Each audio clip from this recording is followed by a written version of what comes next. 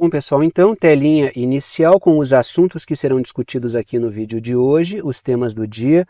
7 temas no total, 2 deles em vermelho, porque são os temas em destaque. Os temas em destaque são os assuntos que aparecem no título e na capinha do vídeo. E aqui embaixo um recado que é sempre importante. A minutagem permite que você selecione na linha do tempo o tema que quer assistir, de forma que vocês podem assistir ao vídeo inteiro ou apenas aqueles assuntos que forem do interesse de vocês, e a gente parte para o primeiro assunto, que é o seguinte. Lá na parte superior da tela, dentro daquela caixinha preta, eu coloco o seguinte título. O Putin, Vladimir Putin, presidente russo, denuncia sabotagem nuclear britânica. Coloquei para vocês uma foto do Vladimir Putin, embora seja dispensável, até as pedras da rua já conhecem a cara do Vladimir Putin, ou porque as pessoas estão acompanhando o que acontece no conflito, ou porque a mídia corporativa trata de mostrar o Vladimir Putin até para quem não quer vê-lo, pelo menos uma vez ao dia ou uma vez durante o noticiário para demonizar a sua figura. Então, mesmo os que não estão acompanhando o conflito devem ter um conceito ou um preconceito a respeito de quem é o Vladimir Putin, já que a mídia corporativa segue um posicionamento da OTAN. Já falamos várias vezes sobre isso aqui no canal. Mas uma coisa importante, antes de entrar no assunto, é observar o seguinte, já falamos várias vezes sobre isso também aqui no canal. Quando a gente vê noticiário da guerra, do conflito, logicamente que aparece o quê? Rússia e Ucrânia, porque estão envolvidos diretamente no conflito. Ou a gente vê algo sobre os Estados Unidos que, embora estejam nutrindo uma imagem pública de apaziguadores que não querem um conflito, alimentam o conflito nos bastidores, alimentam o prolongamento do conflito. Armam a Ucrânia, prolongam a guerra e estão interessados nesse projeto.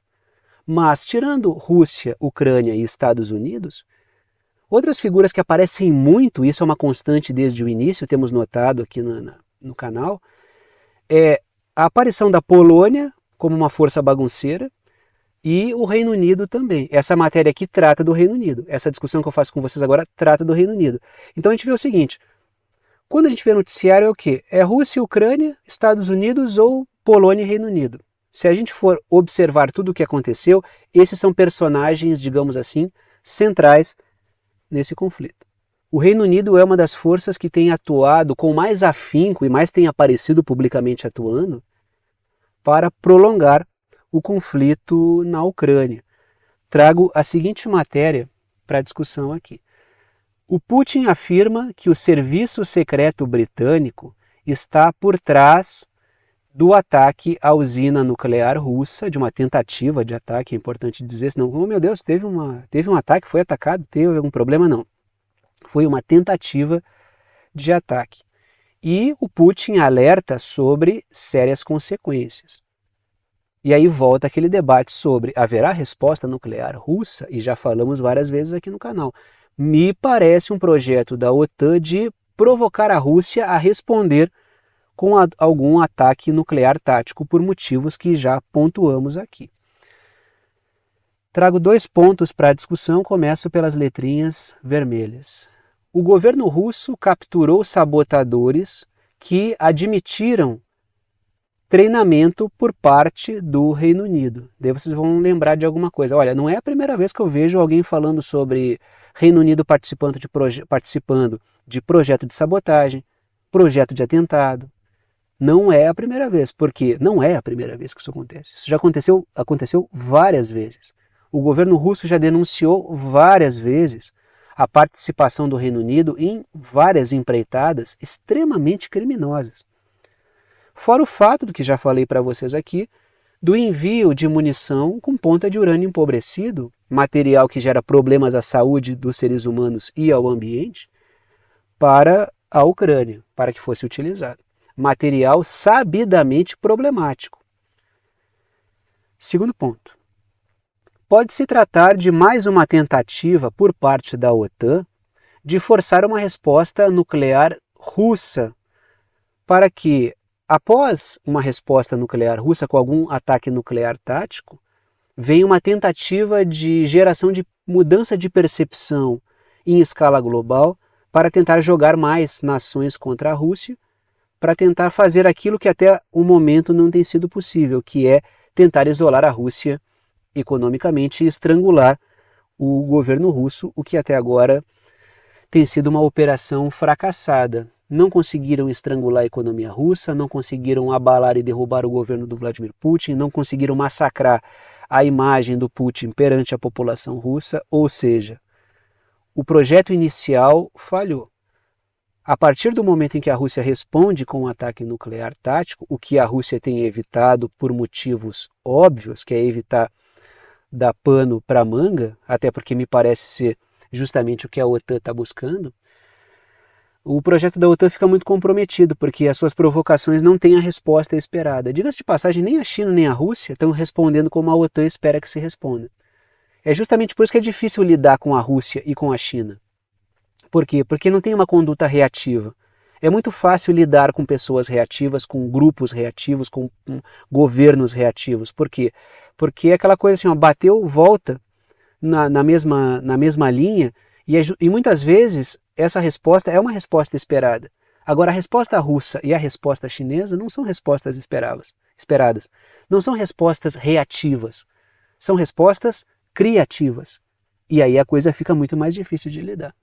A forma como a Rússia tem conduzido o conflito desde o início faz com que muitos países, a esmagadora maioria do sul global e até muitos membros da OTAN se recusem a apontar o dedo para a Rússia como a real culpada, que não é.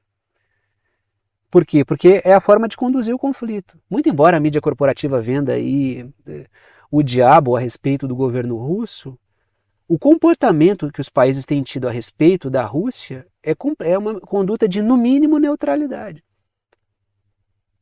Por quê? Porque tratam o conflito como se não fosse um problema seu, porque não é um problema seu. E isso tem muito a ver com a forma como a Rússia tem conduzido o conflito desde o início. Justamente por isso, a OTAN tenta provocar a Rússia a gerar uma resposta que leve parcelas maiores da sociedade, dos mais variados países do mundo, a ter uma crítica a respeito do comportamento russo colocar em risco mais países. Justamente por isso a tentativa de extrair da Rússia uma resposta nuclear tática, o que o Putin, logicamente, não vai fazer, a menos que seja algo estritamente necessário, porque ele sabe que ele vai dar um ponto que a OTAN espera. E claro, existem setores mais amalucados dentro da política russa que, logicamente, já teriam topado isso, mas mesmo esses setores mais extremos dentro da política russa apoiam o governo Putin, muitos são base do governo Putin, que acaba conseguindo manter sob controle os mais variados setores políticos russos. Tanto é que eu já falei para vocês, um dos papéis fundamentais do Medvedev nesse governo é dialogar com esses setores. Já falamos várias vezes aqui que para acompanhar as redes do Medvedev, que já foi liderança política russa, já esteve na posição que o Putin está, é preciso estar com uma roupa anti-radiação ali, porque são redes radiativas. O Medvedev sempre fala sobre resposta nuclear, sobre apertar o botão, sobre mandar todo mundo pelos ares. Por quê? Porque ele acredita que isso é o correto? Não. Ou pode ser que seja, mas me parece muito mais estratégia. Ele é base do governo Putin. Então ele está ali justamente para conseguir manter sob o guarda-chuva chamado Estado russo os mais variados setores políticos. Aqueles que querem mandar tudo pelos ares e aqueles que veem que isso não é o melhor caminho. A política é assim, sempre tem os mais variados setores. E o governo russo consegue ser uma importante síntese, uma síntese fundamental dos mais variados interesses da Rússia. É um governo que mantém uma alta taxa de popularidade justamente por isso. Continuamos nesse mesmo assunto aí. Trago 3 pontos, começo pelas letrinhas azuis. O Reino Unido já foi implicado no treinamento de grupos que promoveram atentados na Rússia e também já foi implicado nos ataques terroristas na ponte da Crimeia. Assunto que já discutimos aqui, aquele atentado com caminhão-bomba. Aqui do lado eu trouxe uma matéria da mídia britânica. Guerra na Ucrânia, guerra Ucrânia-Rússia. Mísseis Storm Shadow, mísseis britânicos, mísseis do Reino Unido, usados no ataque à frota de Putin na Crimeia. A matéria continua.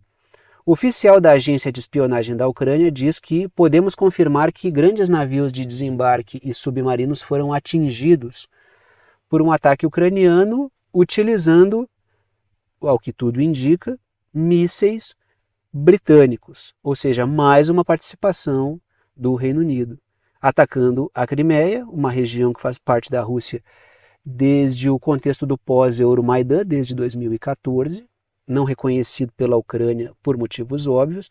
A região da Crimeia optou fazer parte do Estado russo logo após forças profundamente nefastas subirem ao poder político na Ucrânia e atacarem partes da população que vive na Crimeia. Ou seja, a população etnicamente russa que vive na Ucrânia, que vivia na Ucrânia, não mais se sentiu segura após certas forças políticas chegarem ao poder. E esse ataque aí foi promovido contra a região da Crimeia. A Ucrânia tem nos seus planos retomar a região da Crimeia para o Estado ucraniano, a despeito do fato de que a região da Crimeia não quer voltar a fazer parte da Ucrânia, e a despeito do fato de que não há força suficiente da Ucrânia para retomar a Crimeia da Rússia, que não abrirá a mão da Crimeia. Mas, mais uma vez, vemos as digitais do Reino Unido aí. Segundo ponto, letrinhas vermelhas. Lembrando que foi o Boris Johnson que impediu que Rússia e Ucrânia chegassem a um acordo de paz um mês ou um mês e meio após o conflito ter começado. O governo Putin e o governo Zelensky estavam dialogando, estavam chegando a possibilidade de um cessar-fogo, um acordo de paz logo depois que o conflito começou. O Boris Johnson interviu e não permitiu que o Zelensky chegasse a um acordo de paz. Ou seja, há um interesse do Reino Unido para que esse conflito continue.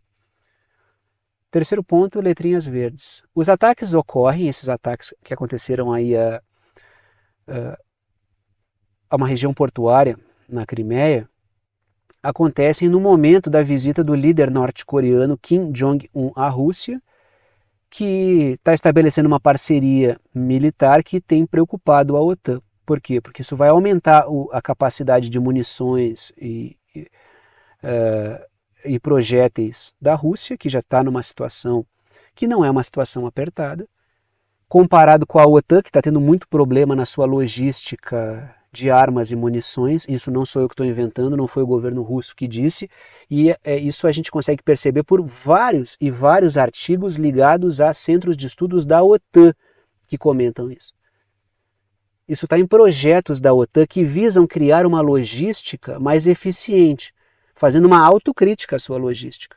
Isso está no fato dos Estados Unidos desintocar as tais bombas de fragmentação para mandar para a Ucrânia, porque não querem comprometer mais os seus estoques. Ou seja, o lado que tem um conforto maior está aumentando a sua quantidade de munições, enquanto o lado que está apertado não consegue fazê-lo. Por isso essa preocupação. Isso fora o fato de que a Rússia pode e muito fortalecer a força militar da Coreia do Norte. Então, continuamos aqui. Vou aproveitar que estamos falando do Putin para falar a respeito de um posicionamento aí público interessante do presidente da Rússia. Matéria da Reuters. O Putin sinaliza que espera uma longa guerra na Ucrânia e que não aposta no Donald Trump para pôr fim à guerra. Falei várias vezes aqui que, embora existam tentativas de convergência, o Partido Democrata faz isso o tempo inteiro. O Trump é um candidato do Putin, o Trump é simpático ao Putin, o Putin é simpático ao Donald Trump. Embora exista essa tentativa, não existe absolutamente nada a ver entre o Putin e o Trump. A forma de governo não tem nada a ver. Não tem nada a ver uma coisa com a outra. Mas tem alguns... Pode ser elementos estéticos, mas não há nada a ver. Tanto é que o Putin deixa muito claro isso nas falas que ele faz a respeito do governo Trump. Trago 3 pontos, começo pelas letrinhas azuis. No Fórum Econômico Oriental, na Rússia, o Putin disse que não acredita que haverá mudança na guerra com a chegada do Trump ao poder. Ele fala isso porque o Donald Trump disse que depois de 24 horas, se ele for presidente, que ele sentou na cadeira de presidente, depois de 24 horas ele vai colocar fim à guerra. O Putin diz que não acha que o Donald Trump vai fazer nada desse tipo, porque olhando o histórico do Donald Trump como presidente dos Estados Unidos, não dá para perceber que vai haver uma grande mudança no comportamento da máquina de guerra e do Estado estadunidense. Não sou eu que estou dizendo. Palavras do Vladimir Putin. Eu tenho discordância. Vai lá e reclama para o Putin, então. Então, ele coloca essa visão aí, que essa ideia, ele vai acabar com a guerra em 24 horas. O Trump está fazendo uma campanha. Ele entende que uma parte considerável do povo dos Estados Unidos não aguenta mais viver uma crise interna enquanto o governo manda dinheiro.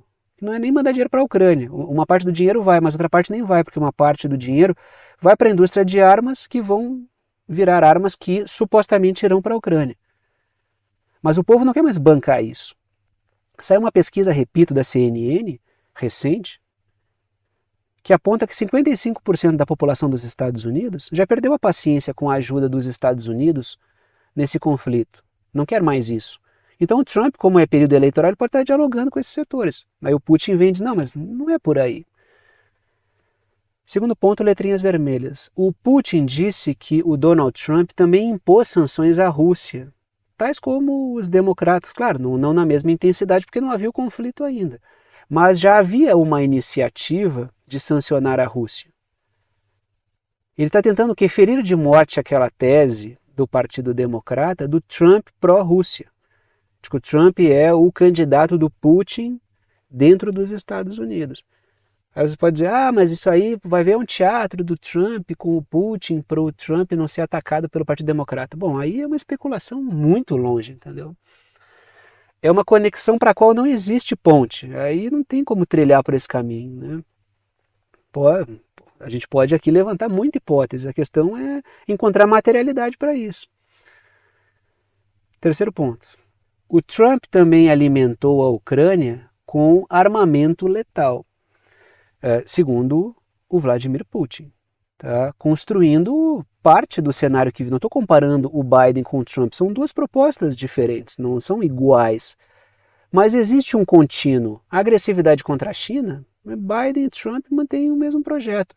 O Putin falou aí que os Estados Unidos também sancionavam a Rússia durante o governo do Donald Trump. Então é uma continuidade.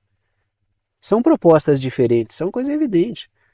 Quando houve a campanha para presidente, eu discuti com vários conhecidos, o Biden vai ser a luz do mundo, o Biden é mais civilizado, é aquela coisa civilização versus barbárie, aquela bobagem. Eu falei, não, o Biden é belicista, os democratas são belicistas, mas pintam tudo com uma embalagem humanitária. Existe um bipartidarismo de fachada nos Estados Unidos. E isso vai se comprovar no momento em que o Biden subiu ao poder. O Biden subiu ao poder e a bagunça no mundo, ela até piorou. Piorou por quê? Porque a hostilidade contra vários países levou a uma bagunça no mundo inteiro. Tensão com a Rússia cresceu. Tensão com a China cresceu. Nas de luz do mundo, civilização contra a barbárie. O Putin só está promovendo um afastamento necessário aí. Continuamos não, né? Vamos para outro assunto, continuamos na Europa, porque a Alemanha teceu algumas críticas à agenda ambiental da União Europeia. Segundo o Christian Lindner, aí, ele diz que não é hora de aplicar alguns pressupostos que estão no plano ambiental europeu, porque isso pode gerar problemas de governabilidade para o governo alemão. Diga-se de passagem, o mesmo Christian Lindner aí, ele diz que é o ministro das Finanças da Alemanha, ele diz que é a agenda ambiental radical que a União Europeia tem tentado implementar, que tem fortalecido forças políticas de extrema-direita na Alemanha. E ele alerta sobre não podemos aplicar tudo porque isso vai gerar problemas de reveses políticos, de questionamento do próprio regime, porque são medidas radicais demais. Que é o que eu já chamei aqui no canal várias vezes de cavalo de pau energético, cavalo de pau ambiental. Por que é um cavalo de pau? Porque é uma tentativa de fazer uma mudança de curso muito brusca. Não é possível fazer isso sem gerar um desgaste para as forças políticas. É muito complicado esse tipo de manobra. E é justamente por isso que ele está alertando. Não tentem propor que façamos isso porque a gente vai pagar um preço alto. Não é só na Alemanha, em vários países isso vai acontecer. É um cenário de crise, de aumento do custo de vida, sobretudo da energia. Aí vai chegar um governo e vai propor mudanças tão profundas quanto essas, a coisa vai ficar pior. Trago aí a seguinte matéria do portal Político. O Lindner, que é o ministro das Finanças da Alemanha, critica a União Europeia por planos verdes extremamente perigosos, e são extremamente perigosos. A matéria continua. O ministro das Finanças adverte que um esforço de Bruxelas, ou seja, da União Europeia, para tornar os edifícios em todo o bloco mais eficientes em termos energéticos ameaçaria a paz social. Por quê? Porque é uma mudança no momento de crise. É a tentativa de fazer o povo pagar mais por habitação, não necessariamente quem vive de aluguel, mas até os proprietários, que vão ter que arcar com uma mudança estrutural dos seus imóveis, no momento em que as pessoas não dispõem de muito dinheiro, no momento de crise. Quando tu ataca, digamos assim, a célula de maior segurança que as pessoas costumam ter nas suas vidas, que é a sua moradia, isso gera uma resposta, e uma resposta visceral. A fala do ministro das Finanças é uma fala correta. Olha, se tentar implementar vai dar problema. Fora o fato de que pode ter muito do aspecto da especulação imobiliária aí, de elitização de certas regiões e assim por diante. Quando fala-se em construir cidades resilientes, eu tenho uma certa preocupação, não porque a gente não precise reconstruir cidades resilientes a impactos ambientais, mas porque pode ter muita picaretagem aí no meio que vai aumentar o custo de viver na cidade. Quando eu vejo a mídia corporativa falando até sobre o Brasil, e essa agenda está aqui dentro também, de aumentar a capacidade de resiliência das cidades a desastres ambientais, isso vindo de quem vem é de se desconfiar. Porque não são setores que favorecem os interesses populares, a melhor qualidade de vida para o povo, são setores que lutam por elitização de espaços. É preciso tomar cuidado, porque tem muita gente bem intencionada que está embarcando nesse discurso pseudo-ambiental que está sendo alavancado pelos mesmos setores que destruíram a natureza. Você acha o quê? Que todos os grandes magnatas do ramo dos alimentos, do ramo energético, todos os principais investidores, os principais canalhas que destruíram a natureza, que excluem pessoas, de um dia para o outro decidiram acordar com um discurso de preservação, de inclusão. É preciso desconfiar dessa agenda aí. Quando a gente vê a mídia corporativa abraçando isso e grandes corporações transnacionais abraçando isso, é preciso observar com algum cuidado esse ponto. Todo mundo de repente resolveu acordar e concordar com o Leonardo DiCaprio de que existe um problema, o problema do clima do mundo. Pelo amor de Deus, isso é muito estúpido para acreditar numa coisa dessa, né? Mas as pessoas estão embarcando nisso. Hoje em dia, tem pessoas que eu conheço há um bom tempo, que são pessoas que eu sei que são instruídas, que estudaram, que são críticas. Eu não consigo mais diferenciar o discurso delas do discurso da grande mídia, por exemplo. Muitas delas reproduzem, inclusive, a grande mídia. Eu só reproduzo para conseguir alcance aqui, tá? E para criticar. Mas a questão principal, reproduz as matérias, né? Lógico que um portal político, por exemplo, é isso. Mas tem que fazer esse jogo para conseguir alcance na rede. Agora, produzir o discurso concordando com aquilo é que é problemático, sem fazer nenhuma avaliação. Trago 2 pontos, começo pelas letrinhas vermelhas. O Lindner está na foto aí, né? As medidas impõem renovação de edifícios antigos para, entre aspas, descarbonizar. Primeira medida para evitar as tais mudanças climáticas. Segundo ponto, o ministro teme que isso dificulte o custeio, sobrou um asa ali, né? O ministro teme que isso dificulte o custeio do povo para viver em sua própria casa, ou seja, atacar as pessoas naquilo que elas têm de mais, o seu núcleo duro de segurança, né? É onde a pessoa, se a pessoa não pode se sentir segura em casa, então tu acaba com muito do centro de equilíbrio das pessoas. E isso gera problemas no momento de crise. Continuamos no mesmo assunto. Está aí a Ursula von der Leyen, que é uma figura que está na Comissão Europeia, uma liderança da União Europeia, figura de confiança do governo Biden, e ela é uma figura de confiança de um certo projeto, de certos setores transnacionais que propõem esse projeto de utilizar uma agenda supostamente ambiental para fazer avançar um projeto monopolista. Continua ali letrinhas azuis. O ministro da Alemanha diz que o plano pode alimentar uma insatisfação que pode ser capitalizada pela extrema-direita, que de certa forma já está capitalizando sobre isso. E isso principalmente se a gente somar esse elemento aí ao aumento do custo de energia. E é um cenário de crise na Europa. Segundo ponto, letrinhas vermelhas. Ele diz que o cavalo de pau ambiental da União Europeia é responsável pela ascensão da extrema-direita, que eu já falei para vocês. E ele não está incomodando. Não estou dizendo, o cara é o máximo, concordo com tudo. Longe de mim concordar com as coisas do governo alemão. Mas ele está sendo absolutamente correto na sua avaliação sobre os riscos desse cavalo de pau ambiental. Pseudo-ambiental, né? Terceiro ponto. Setores britânicos e estadunidenses estimulam alternativas energéticas para ficarem menos dependentes do sul global. Se a gente vai olhar as fontes tradicionais de energia, boa parte delas se encontram em países do sul global. Como existe um aumento da soberania e um aumento da voz política e dos interesses dos países do sul global, justamente por isso uma multipolaridade, falamos sobre uma redução da hegemonia da OTAN, britânica e estadunidense, a gente vê essa proposta por parte da OTAN de criar cadeias de suprimentos amigáveis, cadeias de suprimentos resilientes, tornar-se menos dependente de forças políticas que já não são mais tão manipuláveis. Por isso essa manobra de tentar mudar a matriz. Só que é problemático esse movimento, porque ainda não há uma proposta factível para substituir as formas tradicionais de energia, sem fazer a população pagar um preço caríssimo. E é isso que o ministro das Finanças está colocando na Alemanha.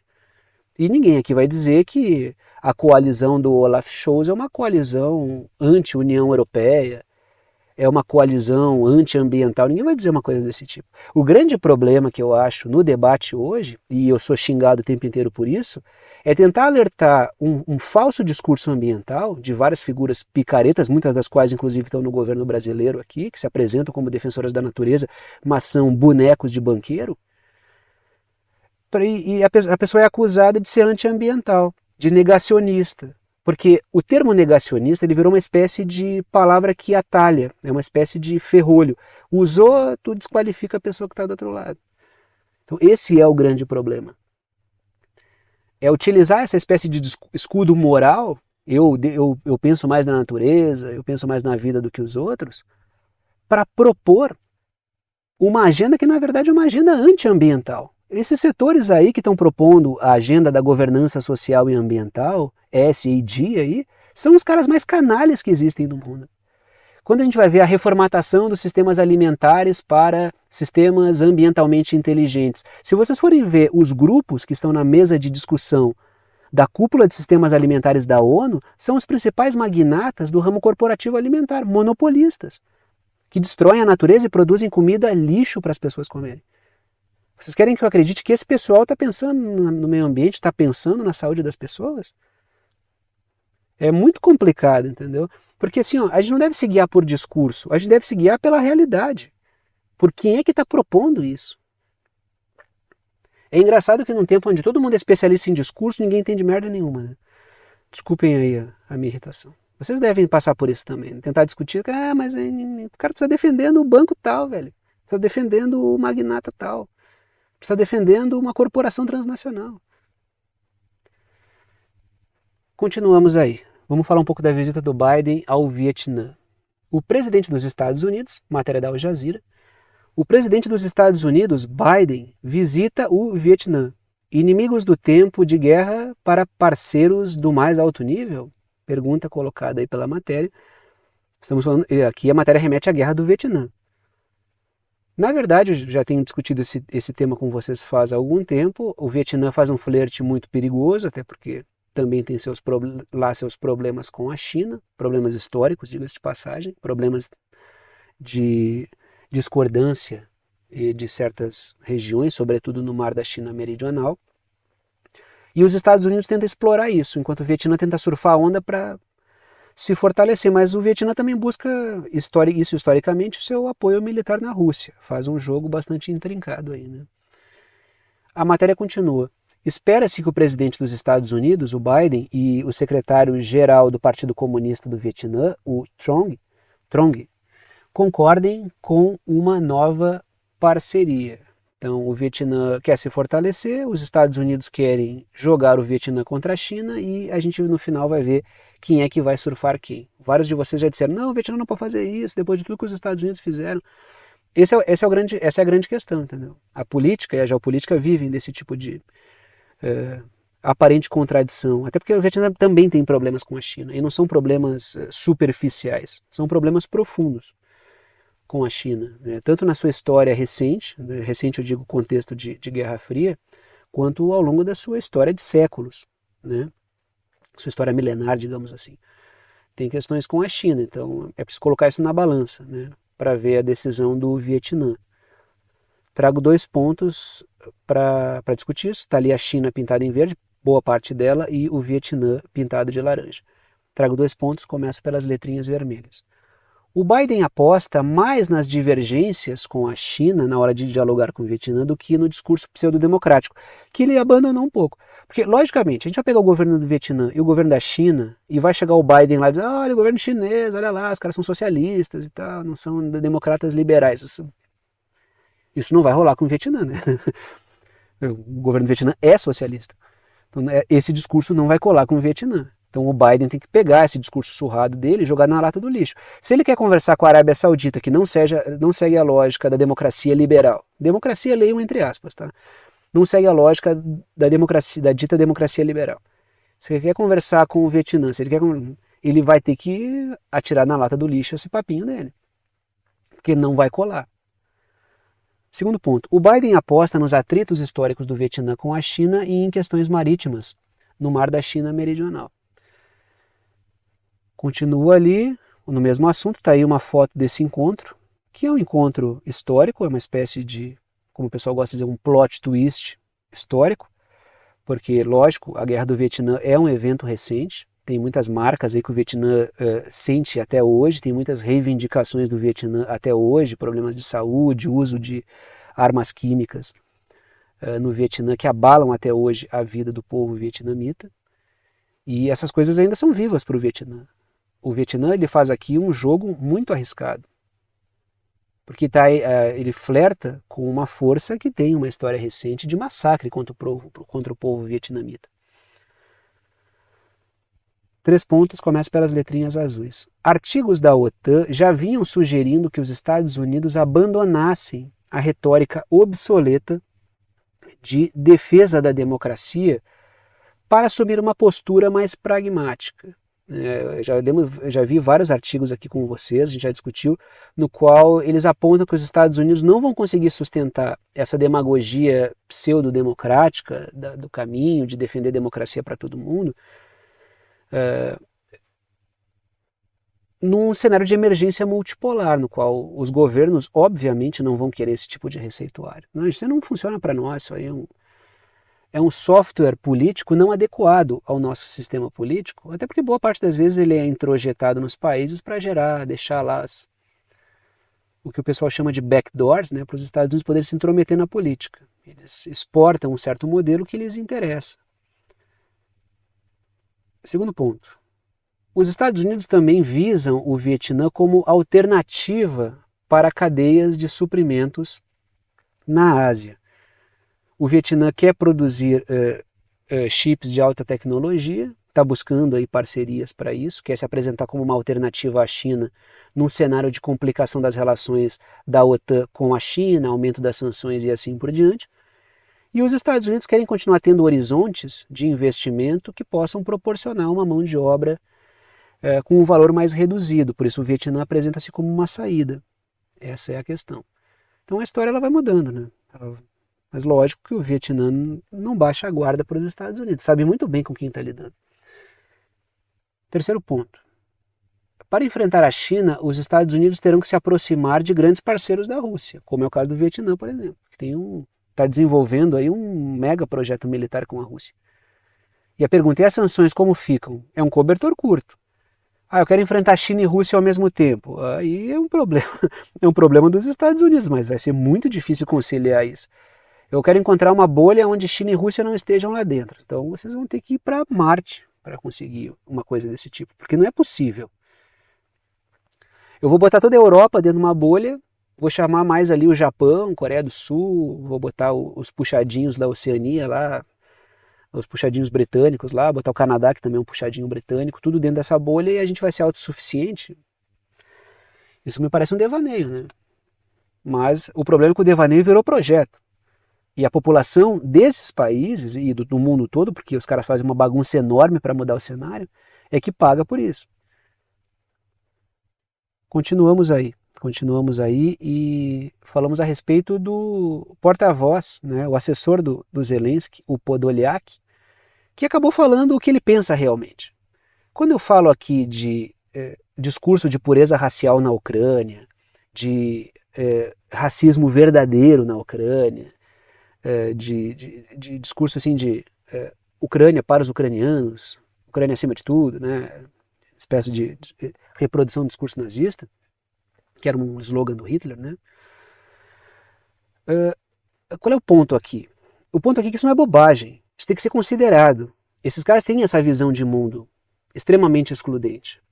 Figuras que fazem parte do governo Zelensky, a gente fala do batalhão de Azov aí, e outras, Pravi Sector e outras porcarias do tipo, tem setores que têm uma conexão direta com forças que colaboraram com o nazismo na Segunda Guerra Mundial.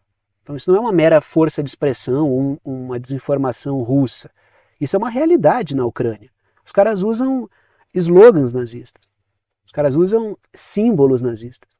Os caras andam fazem passeata com fotos de colaboracionistas com o nazismo no contexto da Segunda Guerra Mundial.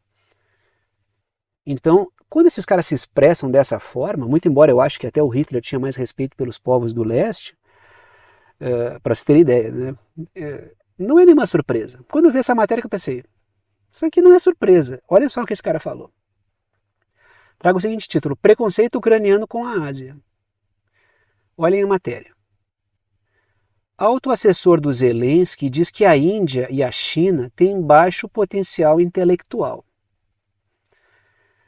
A matéria continua. O assessor Podolyak mais tarde chama isso de propaganda russa clássica de distorção e provocação. Ele próprio falou. Ele se atrapalhou com a língua que é maior do que o cérebro e acabou culpando a Rússia por isso. Ele falou isso. Ele falou. Vamos ver o que esse cara... Está aí o Podolyak. Ele disse que não são... Letrinhas vermelhas. Ele disse que China e Índia não são capazes de analisar as consequências para eles próprios de apoiar a Rússia. É uma visão de outros povos como povos infantis, que é uma visão profundamente colonialista. Segundo ponto, letrinhas azuis. Ele disse também que não são capazes de avaliar o que é melhor para si. E esse é o próprio discurso do colonialismo. Eu vou levar isso para eles, eu vou levar a religião verdadeira, eu vou levar a ciência verdadeira, eu vou levar o desenvolvimento verdadeiro. É um discurso colonialista, não tem nada de novo no que o Podolyak está falando. Ele só está reproduzindo a visão que setores políticos ucranianos têm. É por isso que povos etnicamente russos que viviam na Ucrânia não queriam mais viver ali, porque começaram a ser perseguidos por esse tipo de lógica. Ucrânia para os ucranianos, eu sou etnicamente russo, então você não é da Ucrânia. E começaram um movimento de repressão, de assassinato, por isso que aquelas regiões não quiseram fazer parte. Aí o cara vem e me reproduz um discurso manjado, colonialista desse aí. Essa é a questão. Continua, tá? Botei o Erdogan porque ele criticou até a Turquia. A Turquia que fornece drones para a Ucrânia. A Turquia é membro da OTAN. Não é um membro muito fácil de lidar, mas é um membro da OTAN. Diga de passagem, a Turquia parece menos membro da OTAN do que a Ucrânia, que nem membro da OTAN é. Letrinhas azuis. O governo ucraniano acusou China, Índia e Turquia de ganharem dinheiro explorando o conflito na Ucrânia, explorando as oportunidades surgidas da crise. É verdade que China, Índia e Turquia estão explorando a crise? Por quê? Porque a crise foi produzida pelo projeto da OTAN. Não foram a China, a Índia e a Turquia que produziram a crise. Quem produziu a crise foi o projeto britânico-estadunidense, que, dentre outros elementos, tem na guerra na Ucrânia um dos seus carros-chefe para gerar problemas. O que o Zelensky não está gostando é que outras forças conseguiram capitalizar sobre a crise que não os Estados Unidos e o Reino Unido.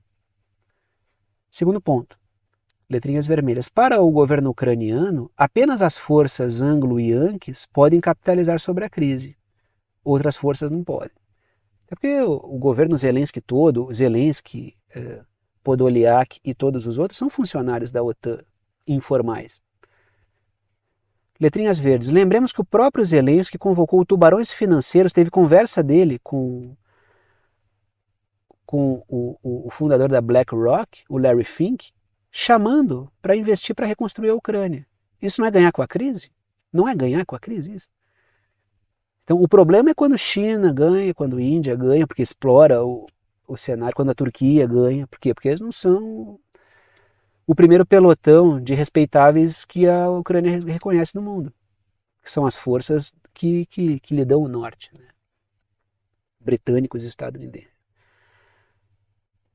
Artigo, agora vamos falar sobre o caso, não vou falar sobre o terremoto em si, que sou geógrafo de formação, mas não é objetivo do canal falar sobre as causas e os impactos do terremoto em si, mas, digamos, vamos falar sobre as implicações geopolíticas do terremoto no Marrocos, que matou muita gente, aí, mais de 2.000 pessoas, ou mais de 3.000, até estou desatualizado nos números aí.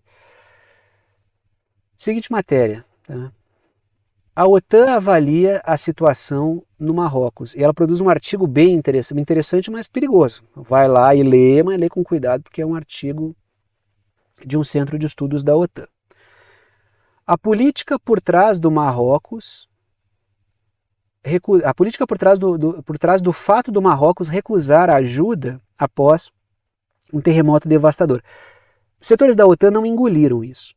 Só não criticam o Marrocos na base da marretada porque a OTAN tem tido uma política de cuidado na hora de se referir aos países do continente africano, porque está perdendo espaço lá. Mas se não houvesse, eles malhariam pau no Marrocos, como fizeram nas entrelinhas.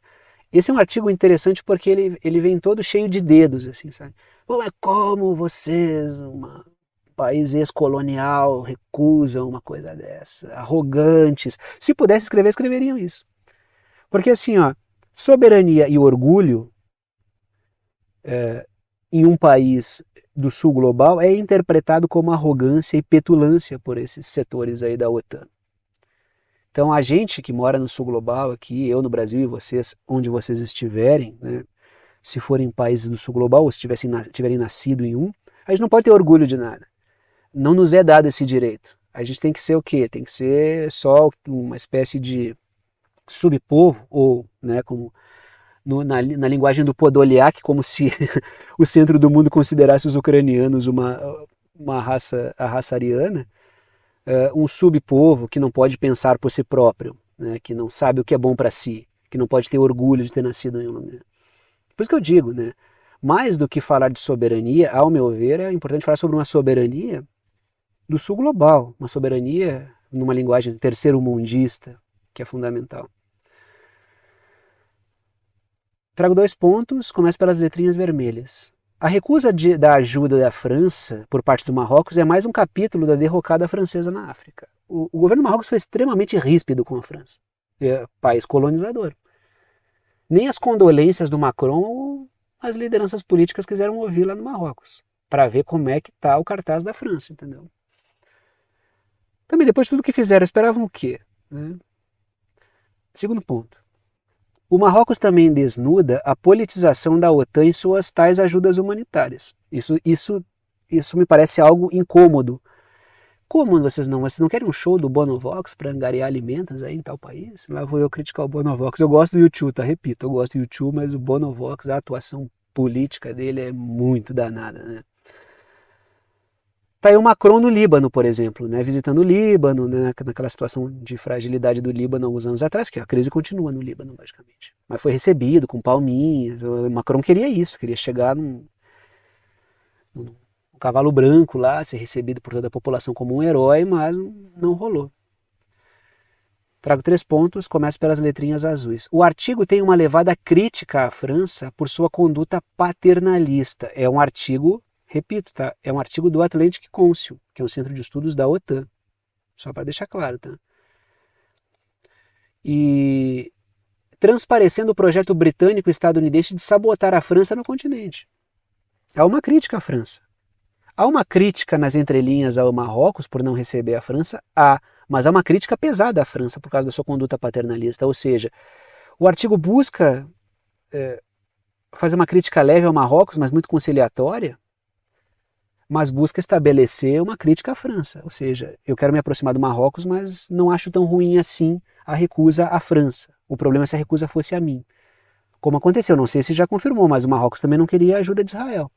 Inclusive, Israel e Marrocos fazem parte dos acordos de Abraão. O Marrocos também não quis a ajuda da Argélia, mas porque tem questões ali regionais, né? Segundo ponto. A França tentou disseminar a revolta no Marrocos, culpando o governo marroquino por não querer ajuda. Então, ou seja, tentou plantar uma bagunça dentro do Marrocos num momento de fragilidade, o que torna a França menos humana do que ela já é. Ah, como não querem minha ajuda humanitária? Se não querem ajuda humanitária, então eu vou destruir vocês mais ainda. Nossa, quanto altruísmo, hein? Terceiro ponto. O texto é... Diga-se de passagem, é sempre importante quando a gente recusa a bondade dos outros, a forma como as pessoas se comportam, né? Isso revela o interesse de tanta bondade, né? Não tem nada mais perigoso do que recusar a bondade dos outros, cara. As pessoas ficam com ódio tão visceral que faz a gente até suspeitar se era bondade mesmo. Terceiro ponto. O texto é cuidadoso com o Marrocos porque a OTAN quer retomar espaço no continente. Então leiam o artigo, vocês vão ver ali esses elementos que eu estou trazendo para vocês e até mais, né? Continuamos aí, penúltimo assunto de hoje é mais problemas na Guatemala. Por quê? Matéria da Associated Press, mídia corporativa, para tentar alavancar aí nos alavancarmos aí nos algoritmos, usando a mídia tida como verdadeira. O presidente eleito da Guatemala suspende transição após agentes invadirem instalações eleitorais e abrirem as urnas. O que aconteceu na Guatemala? Prestem atenção nisso aqui. Letrinhas vermelhas. A Procuradoria-Geral da Guatemala invadiu, agentes da Procuradoria-Geral invadiram instalações e violaram urnas, o que torna impossível auditar a eleição. A bagunça agora está feita. Por que vão ficar dizendo que teve fraude e não vai ter como auditar? O que está se anunciando na Guatemala é o regime político profundamente corrupto da Guatemala tramando uma tentativa de golpe para que o Arévalo, que é um político de esquerda ultramoderada, não assuma no país. Ele ganhou as eleições e ganhou bem as eleições. Ganhou bem no sentido de conseguiu fazer uma margem boa do segundo colocado.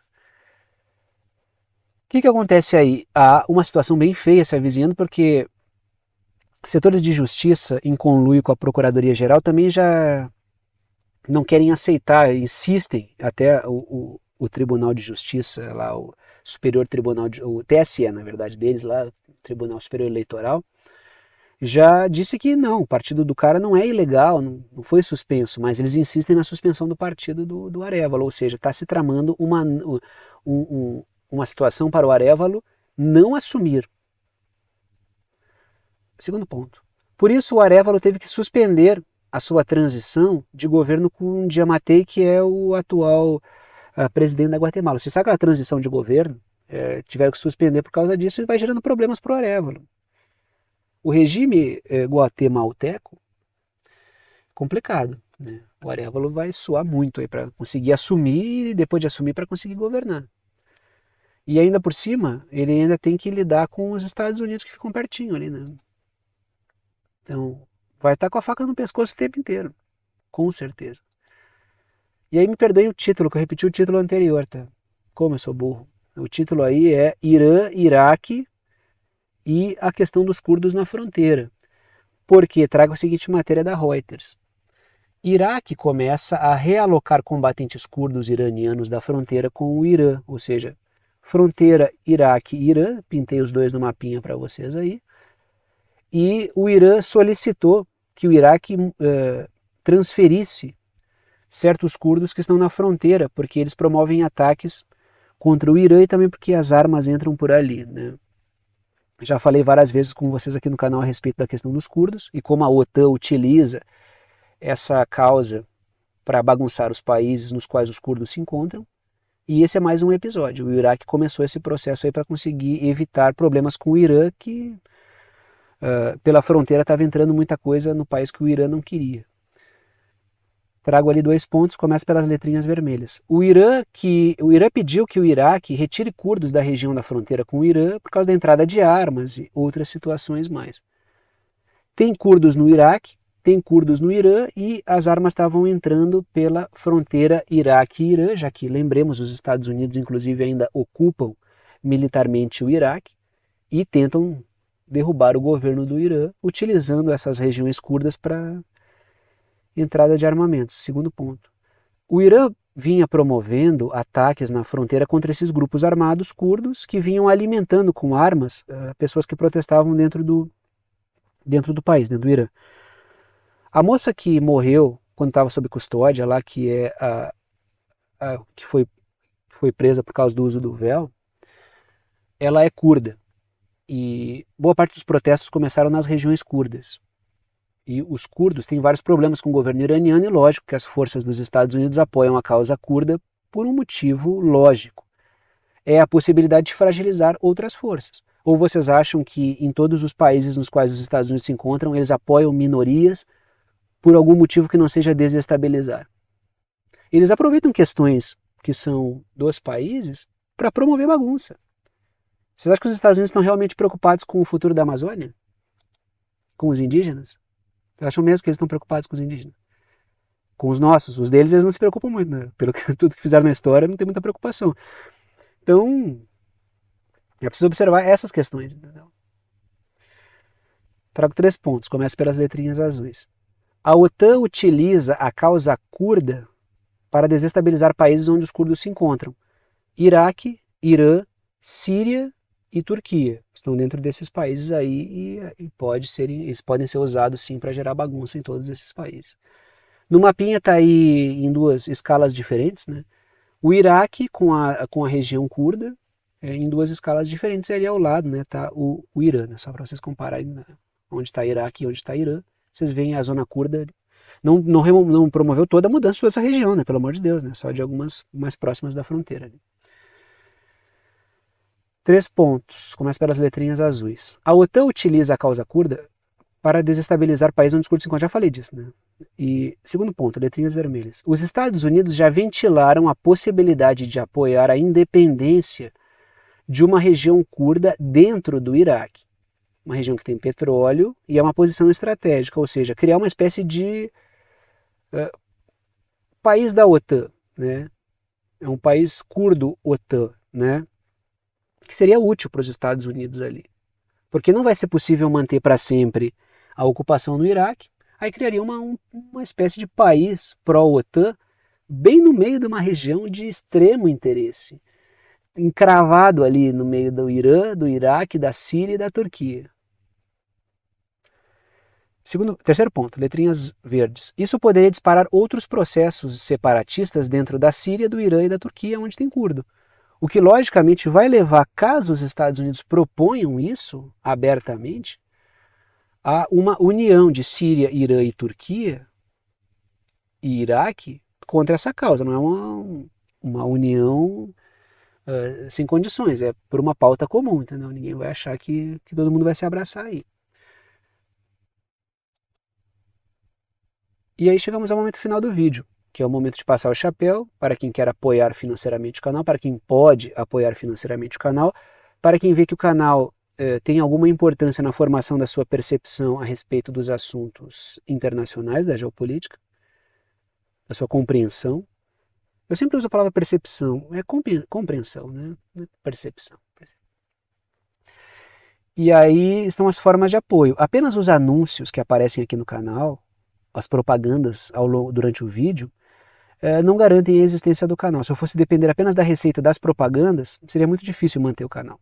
O que mantém o canal efetivamente é o apoio financeiro que alguns de vocês dão e pelo qual eu sou imensamente grato. Sem vocês não haveria a possibilidade de manter esse trabalho com essa constância, de segunda a sexta-feira, vídeos com bastante assunto todos os dias, tem uma preparação dos temas, tem a questão do estudo, da pesquisa, da formação das imagens, né?